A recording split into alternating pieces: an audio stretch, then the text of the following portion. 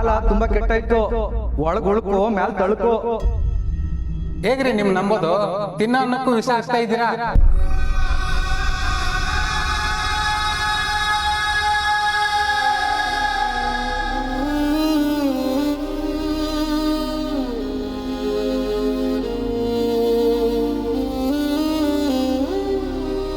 ಬಾಲ,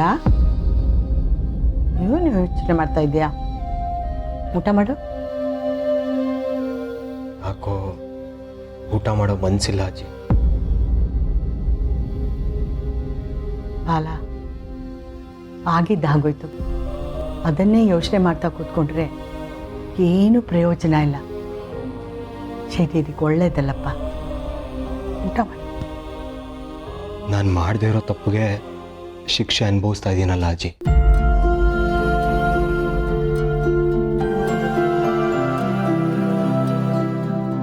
ತಿನ್ನೋ ಅನ್ನಕ್ಕೆ ವಿಷ ಹಾಕ್ತೀನಿ ಅನ್ನೋ ಥರ ಬಿಂಬಿಸ್ಬಿಟ್ರಲ್ಲ. ಇನ್ನೇನು ಮಾಡೋದಪ್ಪ, ದುಷ್ಟರು ಸಂಘ ಮಾಡಿದ್ಮೇಲೆ ಇದನ್ನೆಲ್ಲ ಅನುಭವಿಸ್ಲೇಬೇಕಲ್ಲ. ಆದರೆ ಅತ್ತೆ ಇಷ್ಟು ಕೀಳು ಮಟ್ಟಕ್ಕೆ ಇಳಿತಾಳೆ ಅಂತ ನಾನು ಅನ್ಕೊಂಡಿರಲಿಲ್ಲ. ನಾವತ್ತು ಅವಳ ಬಗ್ಗೆ ಯೋಚನೆ ಮಾಡೋದೇ ಬಿಟ್ಬಿಟ್ಟಿದ್ದೀವಿ. ನೀನು ಹಾಗೆ ಮಾಡೋದೇ ಒಳ್ಳೇದು. ಹಾಗೆ ಮಾಡಿದ್ರೇ ಎಲ್ರಿಗೂ ಕ್ಷೇಮ. ನೀವು ನಮ್ಮಮ್ಮ, ನೀವು ನಮ್ಮಜ್ಜಿ. ವಾವ್!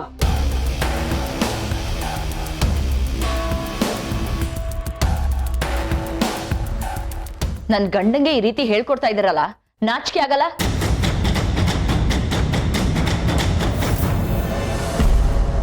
ನನ್ನ ಗಂಡನ ದೂರ ಮಾಡ್ಬೇಕು ಅಂತ ನೋಡ್ತಿದ್ದೀರಾ?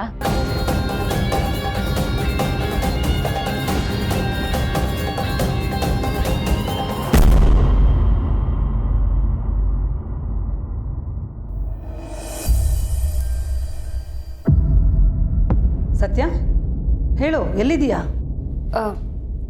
ಅತ್ತೆ, ಸ್ಟೇಷನಲ್ಲಿದ್ದೀನಿ. ನಿಮ್ಗೊಂದು ವಿಷಯ ಹೇಳೋಣ ಅಂತ ಕಾಲ್ ಮಾಡಿದೆ. ಅದಕ್ಕೇನು ಈ ಪೀಠಿಕೆ?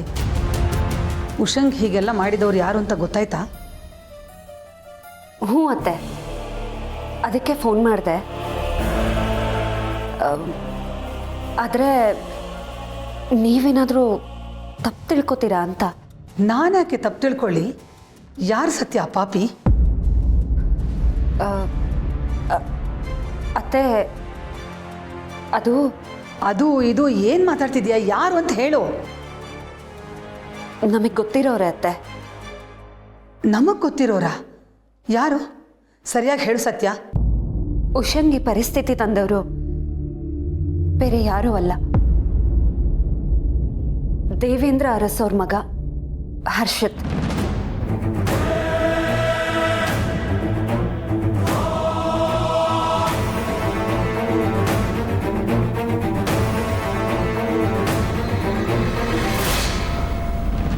ಏನು? ಹರ್ಷಿತ? ಅವನ್ಯಾಕೆ ಹಾಗೆ ಮಾಡ್ತಾನೆ? ಒಳ್ಳೆ ಸಂಸ್ಕಾರ ಇರುವಂಥ ಹುಡುಗ ಅವನು. ನನಗೂ ಮೊದಲು ನಂಬಕ್ಕಾಗಲಿಲ್ಲ ಅತ್ತೆ. ಸತ್ಯ, ಸರಿಯಾಗಿ ವಿಚಾರಿಸಿದೀಯಾ? ಹ್ಞೂ ಅತ್ತೆ, ಅವನೇ ಇಷ್ಟಕ್ಕೆಲ್ಲ ಕಾರಣ ಅನ್ನೋದಕ್ಕೆ ಸಾಕ್ಷಿನೂ ಸಿಕ್ಕಿದೆ.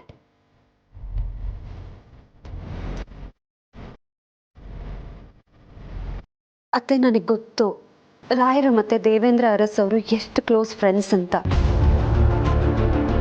ಆದರೆ ಪರಿಸ್ಥಿತಿ ಹೀಗಿದೆ, ನಾನು ಅವನನ್ನು ಅರೆಸ್ಟ್ ಮಾಡಲೇಬೇಕು. ರಾಯರಿಗೆ ಇದರಿಂದ ನೋವಾಗುತ್ತೇನೋ ಅನ್ನೋ ಟೆನ್ಷನ್ ಇದೆ ನನಗೆ. ಆದರೆ ಬೇರೆ ದಾರಿ ಇಲ್ಲ ಅತ್ತೆ. ಅನ್ಯಾಯದ ವಿರುದ್ಧ ನಾನು ಹೆಜ್ಜೆ ಇಡಲೇಬೇಕು. ಮತ್ತ್ಯಾಕೆ ತಡ ಮಾಡ್ತಿದ್ಯಾ? ಮೊದಲು ಹೋಗಿ ಅವನನ್ನು ಅರೆಸ್ಟ್ ಮಾಡು.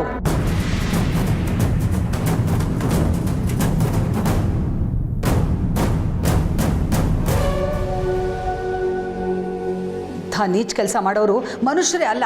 ಹೋಗು ನೀನು, ಮೊದಲು ಅರೆಸ್ಟ್ ಮಾಡು. ಅತ್ತೆ, ನೀವು? ನಾನೇ ಹೇಳ್ತಿರೋದು, ಅರೆಸ್ಟ್ ಮಾಡಿ ಒದ್ದು ಒಳಗಡೆ ಹಾಕು. ಅವ್ರು ಯಾರೇ ಆಗಿರಲಿ, ಅವರಿಗೆ ಶಿಕ್ಷೆ ಆಗಲೇಬೇಕು. ನೀವೇ ಧೈರ್ಯ ಕೊಟ್ಟ ಮೇಲೆ ಇನ್ನದು ಯಾರು ತಡೀತಾರೋ ನಾನು ನೋಡ್ತೀನಿ. ಈಗಲೇ ಹೊರಡ್ತೀನಿ ಅತ್ತೆ. ಈಗ ಹೆಣ್ಮಗುಗೆ ನ್ಯಾಯ ಕೊಡಿಸೋದಷ್ಟೇ ಮುಖ್ಯ, ಬೇರೆ ಏನು ಯೋಚನೆ ಮಾಡಬೇಡ. ಥ್ಯಾಂಕ್ಸ್ ಅತ್ತೆ. ಅಲ್ಲಿಗೆ ಹೊರಟಿದ್ದೆ, ಆದರೂ ನಿಮ್ಮ ಅಭಿಪ್ರಾಯ ಕೇಳೋಣ ಅಂತ ಫೋನ್ ಮಾಡಿದೆ. ನೀವು ಯಾವಾಗಲೂ ನ್ಯಾಯದ ಪರ ಅಂತ ಮತ್ತೆ ಪ್ರೂವ್ ಮಾಡಿದ್ರಿ. ಥ್ಯಾಂಕ್ ಯು ಸೋ ಮಚ್ ಅತ್ತೆ.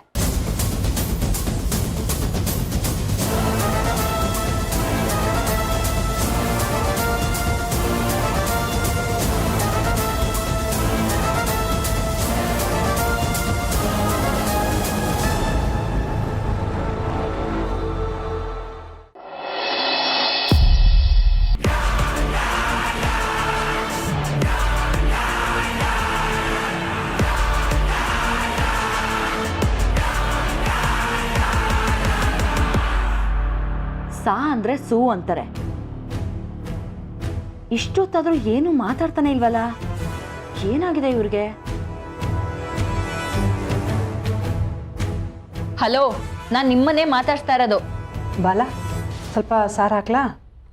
ಹಾಂ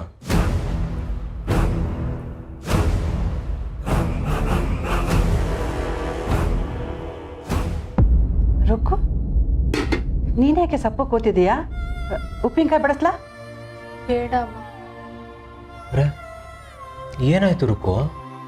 ಮಾವ, ದರ್ಶಿನಿಗೆ ನನ್ನ ಹೆಸರು ಇಟ್ಟಿದ್ದಕ್ಕೆ ಅಲ್ವಾ ಅವಳು ಹೀಗೆ ಮಾಡಿದ್ದು?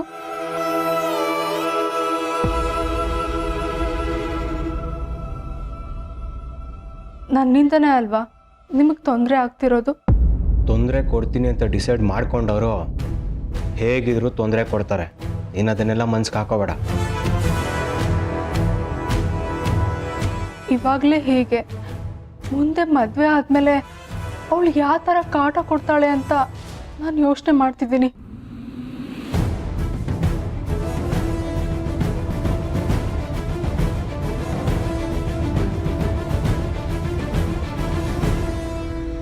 ಖಂಡಿತ ಅವಳು ನಮ್ಮಿಬ್ಬರಿಗೂ ಏನು ಮಾಡೋದಕ್ಕೂ ಹೇಸಲ್ಲ. ಅದನ್ನು ಆಮೇಲೆ ಯೋಚನೆ ಮಾಡು. ನೀನು ಊಟ ಮಾಡು. ಇಲ್ಲ ಮಾವ, ನನಗೆ ಭಯ ಆಗ್ತಿದೆ. ಮೊದಲು ಅವಳ ನೋಡಿದ್ರೆ ಅಸಹ್ಯ ಆಗೋದು, ಕೋಪ ಬರೋದು. ಆದರೆ ಇವಾಗ ನನಗೆ ಭಯ ಆಗ್ತಿದೆ.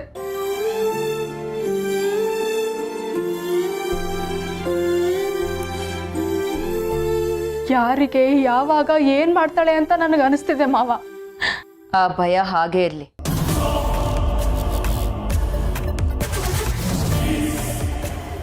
ನೀನ್ ಈ ಮನೆಯಿಂದ ತೊಲಗಿದ್ರೆ ನಮಗೆ ಯಾವ ತೊಂದರೆನೂ ಇಲ್ಲ. ರುಕ್ಕು, ನೀನು ಯಾರಿಗೂ ಹೆದರೋ ಅಗತ್ಯ ಇಲ್ಲ. ನಾವಿಬ್ಬರು ಮದುವೆ ಆಗಿ ಚೆನ್ನಾಗಿರೋಣ.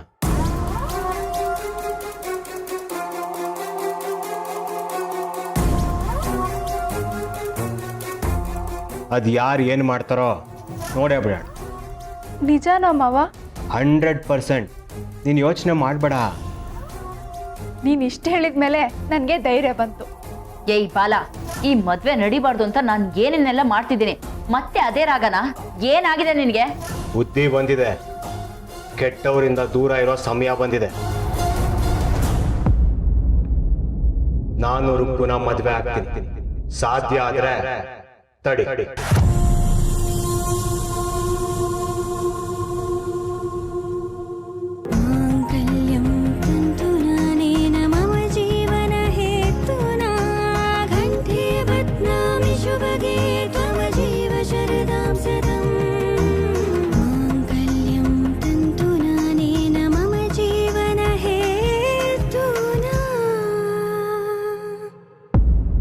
ಬಾಲ,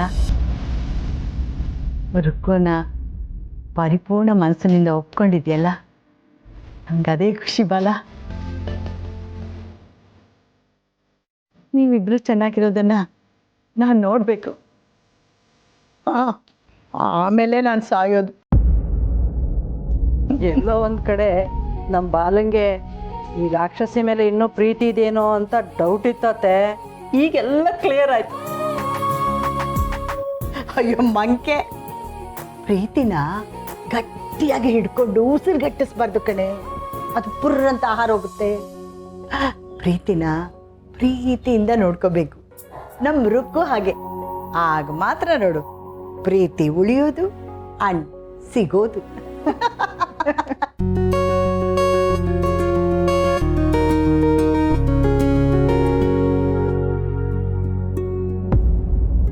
ನೀವುಗಳು ಏನೇ ತಿಪ್ಪರ್ಲಾಗ ಹಾಕಿದ್ರೋ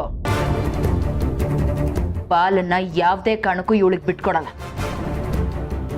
ಅದೇನ್ ಬೇಕಿದ್ರು ಮಾಡ್ಕೊಳ್ಳಿ, ಇದು ನನ್ನ ಚಾಲೆಂಜ್. ಅದ್ ಹೇಗೆ ಇವ್ರಿಬ್ರು ಮದ್ವೆ ಮಾಡ್ತೀರಂತ ನಾನು ನೋಡ್ತೀನಿ.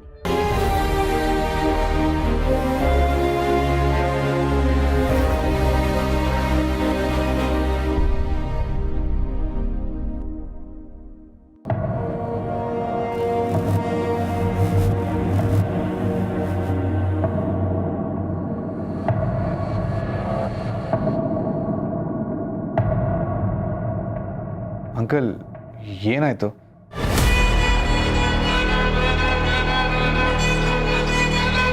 ಇದ್ದಕ್ಕಿದ್ದಾಗೆ ಸಪ್ಪಗಾದ್ರಲ್ಲ, ಏನಾದರೂ ಪ್ರಾಬ್ಲಮಾ?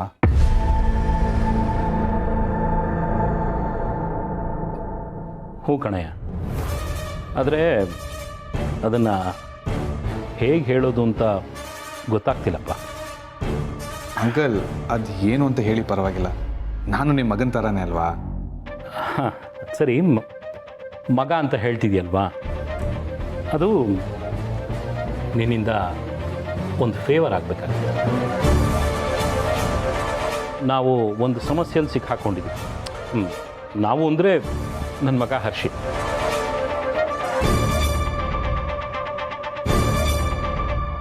ನನ್ನ ಮಗನ ಮೇಲೆ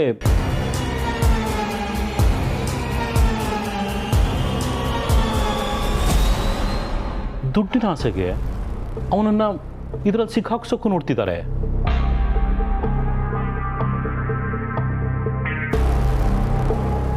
ಇದೆಲ್ಲ ಹೇಗಾಯ್ತು ಅಂಕಲ್? ಅದು ಹೇಗೆ ಅಂತ ನನಗೂ ಗೊತ್ತಿಲ್ಲಪ್ಪ. ನಿಂಗೆ ಗೊತ್ತಲ್ಲ, ಈಗೆಲ್ಲ ದುಡ್ಡಿರೋರ ಮಕ್ಕಳನ್ನ ಟಾರ್ಗೆಟ್ ಮಾಡಿ ಹೀಗೆಲ್ಲ ಮಾಡ್ತಾರಂತಲ್ಲ.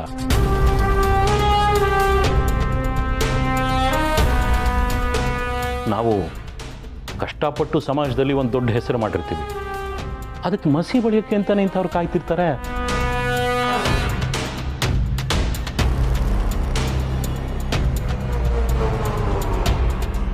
ಇದೆಲ್ಲ ಹೇಗಾಯ್ತು? ಹರ್ಷಿ, ಯಾರ ಹುಡುಗಿ ನಿನ್ನ ಮೇಲೆ ಕೇಸ್ ಹಾಕಿದ್ದು? ಅವನಿಗೆ ಏನು ಗೊತ್ತೇ ಇಲ್ಲ ಬಿಡು ಕಾರ್ತಿ. ಆದರೂ ಇಂಥವರೆಲ್ಲ ಎಲ್ಲಿ ಹುಟ್ಕೋತಾರೋ ಅಪ್ಪ, ನನಗಂತೂ ಏನು ಮಾಡಬೇಕು ಅಂತ ಗೊತ್ತಾಗ್ತಿಲ್ಲಪ್ಪ. ಅಂಕಲ್ ನೀವು ಟೆನ್ಷನ್ ಮಾಡ್ಕೊಬೇಡಿ, ನೀವು ಧೈರ್ಯವಾಗಿರಿ. ನೀನು ಅಷ್ಟೇ ಹರ್ಷಿ, ತಪ್ಪೇ ಮಾಡಿಲ್ಲ ಅಂದಮೇಲೆ ಹೆದರ್ಕೊಳ್ಳೋ ನೆಸೆಸಿಟಿನೇ ಇಲ್ಲ. ನಮ್ಮ ಕಾನೂನು ಇನ್ನೂ ಅಷ್ಟೊಂದು ಹದ್ಗೆಟ್ಟಿಲ್ಲ. ಆದರೂ ಕಾರ್ತಿಕ್, ನಾವು ಮರ್ಯಾದಸ್ಥರು, ನಮಗೆ ಭಯ ಆಗುತ್ತಲ್ವ, ನಮ್ಮ ರೆಪ್ಯುಟೇಷನ್ ಹಾಳಾಗುತ್ತೆ ಅನ್ನೋ ಭಯ ಅಪ್ಪ ನಮಗೆ. ಅದಕ್ಕೆ ನಿನ್ನ ಹತ್ರ ಒಂದು ಸಹಾಯ ಕೇಳಿದ್ದು. ಅದು ನಿನ್ನ ಹೆಂಡತಿ ಪೊಲೀಸ್ ಅಲ್ವಾ? ಓ, ಸತ್ಯನ ಹತ್ರ ಮಾತಾಡಬೇಕಾ? ಕರೆಕ್ಟ್ ಅಂಕಲ್, ಸತ್ಯನ ಜೊತೆ ವಿಷಯ ಮಾತಾಡಿದ್ರೆ ಇದು ಬೇಗ ಕ್ಲಿಯರ್ ಆಗುತ್ತೆ. ಹೌದಪ್ಪ, ನಾನು ಅದನ್ನೇ ಅಂದ್ಕೊಂಡಿದ್ದು. ಅಷ್ಟು ಮಾಡಿ ಪುಣ್ಯ ಕಟ್ಕೊಳಪ್ಪ. ಆ್ಯಕ್ಚುಲಾಗಿ ಇವಾಗ ಸತ್ಯನೇ ನಮ್ಗೆ ಹೆಲ್ಪ್ ಮಾಡೋಕ್ಕಾಗೋದು. ನಿನಗೆ ಗೊತ್ತಾ, ಕಂಪ್ಲೇಂಟ್ ರಿಜಿಸ್ಟರ್ ಆಗಿರೋದು ಔಲ್ಡ್ ಸ್ಟೇಷನಲ್ಲೇ. ಓ ಹೌದಾ? ಹಾಗಿದ್ರೆ ನೀವು ಟೆನ್ಷನ್ ತೊಗೊಬೇಡಿ ಅಂಕಲ್, ನಾನು ಎಲ್ಲ ಮಾತಾಡ್ತೀನಿ, ಡೋಂಟ್ ವರಿ.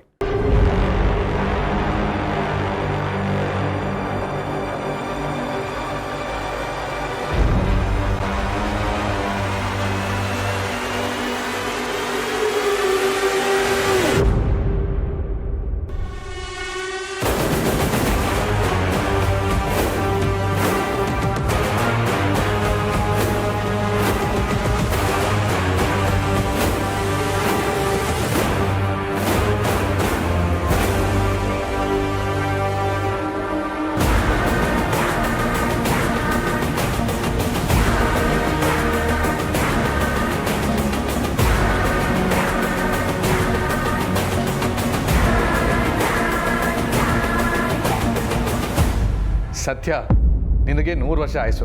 ನೆನೆದವರ ಮನದಲ್ಲಿ ಅಂತ ಹೇಳ್ತಾರಲ್ಲ, ಹಾಗೆ ನೀನೇ ಬಂದೆ. ನಿನ್ನ ಬಗ್ಗೆನೇ ಮಾತಾಡ್ತಾ ಇದ್ವಿ.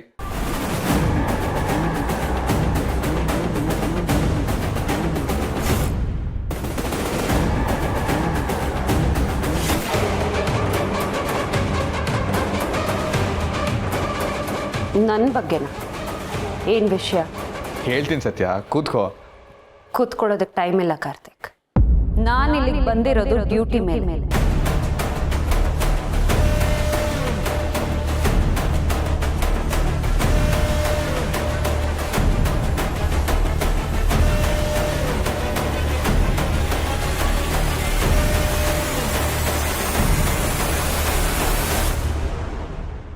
ಡ್ಯೂಟಿನಾ? ಏನು ಡ್ಯೂಟಿ ಸತ್ಯ? ಹರ್ಷಿತ್ನ ಅರೆಸ್ಟ್ ಮಾಡೋದಕ್ಕೆ ಬಂದಿದ್ದೀನಿ.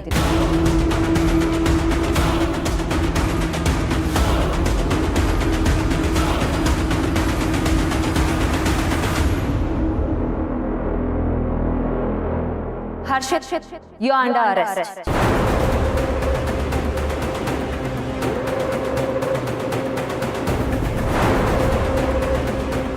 ಉಷಾ ಅನ್ನೋ ಹುಡುಗಿ ಮೇಲೆ ಅಟೆಂಪ್ಟ್ ಮಾಡಿರೋ ಚಾರ್ಜಸ್ ಮೇಲೆ ನಿಮ್ಮನ್ನ ಅರೆಸ್ಟ್ ಮಾಡ್ತಾ ಇದ್ದೀನಿ.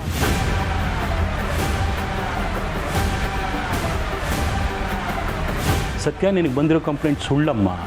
ಇದರಲ್ಲಿ ನನ್ನ ಮಗನ ತಪ್ಪೇನೂ ಇಲ್ಲ. ನಿನಗೇ ಗೊತ್ತಲ್ಲ ಈಗಿನ ಕಾಲದಲ್ಲಿ ಹುಡುಗಿರು ಶ್ರೀಮಂತರ ಹುಡುಗರಿಂದ ಹೇಗೆ ಬೀಳ್ತಾರೆ ಅಂತ. ಆದ್ರೆ ಅದಕ್ಕೂ ಈ ಕೇಸ್ಗೂ ಸಂಬಂಧ ಇಲ್ಲ. ನಿಮ್ಮ ಮಗ ತಪ್ಪು ಮಾಡಿದಂತಾನೆ. ಕಾರ್ತಿಕ್, ನಾನು ಹೇಳಿಲ್ವಾ ನಿನಗೆ ನನ್ನ ಮಗನ ಹಿಂದೆ ಎಷ್ಟು ತಾಪಿದೂರಿ ನಡೀತಿದೆ ಅಂತ?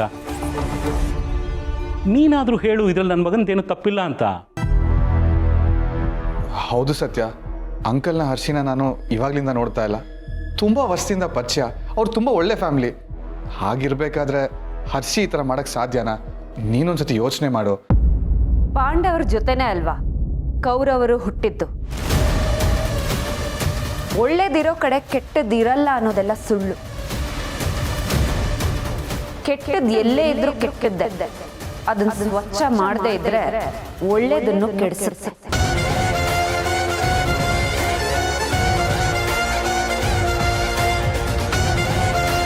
ಸತ್ಯ, ನೀನು ತಪ್ಪು ತಿಳ್ಕೊಂಡಿದ್ಯಮ್ಮ. ಸತ್ಯ, ಅಂಕಲ್ ಹೇಳ್ತಾ ಇರೋದು ಕರೆಕ್ಟು. ನೀನು ತಪ್ಪು ತಿಳ್ಕೊಂಡಿದ್ಯಾ? ಅಂಕಲ್ ಎಲ್ಲ ವಿಷಯನೂ ನನ್ನ ಹತ್ರ ಹೇಳಿದ್ರು. ಯಾರೋ ಹರ್ಷಿನ ಸಿಕ್ಕಾಕ್ಸ್ಬೇಕು ಅಂತಾನೆ ಈ ಥರ ಪ್ಲಾನ್ ಮಾಡ್ಕೊಂಡಿದ್ದಾರೆ. ನೀನು ಅರ್ಥ ಮಾಡ್ಕೋ ಸತ್ಯ. ಇಲ್ಲ ಕಾರ್ತಿಕ್, ಎಲ್ಲ ಸಾಕ್ಷಿಗಳನ್ನ ಖುದ್ದಾಗಿ ಚೆಕ್ ಮಾಡಿ ನಾನು ಅರೆಸ್ಟ್ ಮಾಡೋದಕ್ಕೆ ಬಂದಿರೋದು.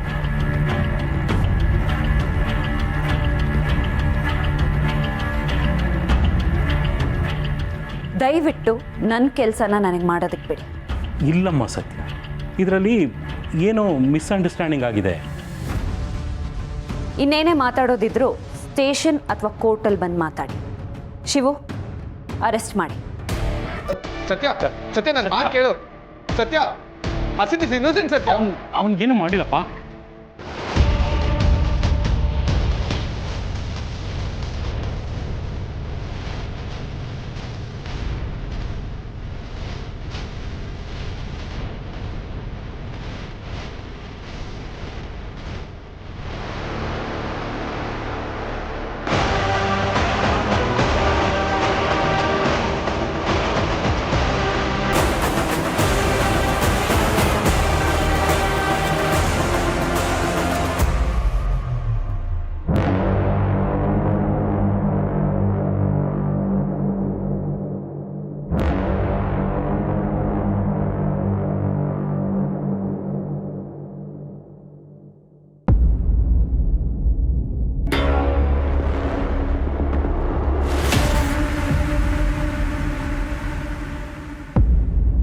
ಕಾರ್ತಿಕ್, ಸತ್ಯಂಗೆ ಅಷ್ಟೆಲ್ಲ ನನ್ನ ಮಗ ತಪ್ಪು ಮಾಡಿಲ್ಲ ಅಂತ ಹೇಳಿದ್ರು ಕೇಳದೆ ಹಾಗೆ ಕರ್ಕೊಂಡು ಹೊಟ್ಟೋದ್ಲಲ್ಲಪ್ಪ. ತಪ್ಪಲ್ವಾ ಇದು? ಅಂಕಲ್, ಅದು ಸತ್ಯನ್ಗೆ ಯಾವುದಾದ್ರೂ ಸ್ಟ್ರಾಂಗ್ ಎವಿಡೆನ್ಸ್ ಸಿಕ್ಕಿರಬೇಕು. ಅಂದರೆ ನೀನು ನನ್ನ ಮಗನ ಮೇಲೆ ಡೌಟ್ ಪಡ್ತಿದ್ಯಾ? ಅಯ್ಯೋ, ಹಾಗಲ್ಲ ಅಂಕಲ್. ನನ್ನ ವಿಷಯದಲ್ಲೂ ಇದೇ ಥರ ಆಗಿತ್ತು. ಸತ್ಯನ್ಗೆ ಸ್ಟ್ರಾಂಗ್ ಎವಿಡೆನ್ಸ್ ಸಿಕ್ಕಿ ನನ್ನ ಕೂಡ ಅರೆಸ್ಟ್ ಮಾಡಿದ್ಲು. ಆಮೇಲೆ ಅದು ಸುಳ್ಳು ಅಂತ ಪ್ರೂವ್ ಮಾಡಿದ್ದು. ಅಂದರೆ ಸುಳ್ಳನ್ನು ಸುಳ್ಳು ಅಂತ ಪ್ರೂವ್ ಮಾಡೋಕ್ಕೆ ನಾವು ಮರ್ಯಾದೆ ಕಳ್ಕೊಬೇಕಾ? ಈಗ ಈ ವಿಷಯ ಹೊರಗಡೆ ಹೋಗುತ್ತೆ.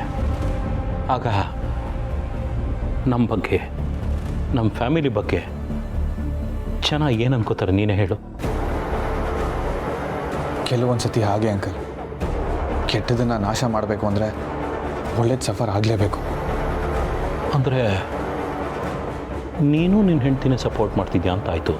ಹಾಗಲ್ಲ ಅಂಕಲ್, ಸತ್ಯ ಅವಳ ಡ್ಯೂಟಿ ಅವಳು ಮಾಡ್ತಾ ಇದ್ದಾಳಷ್ಟೇ.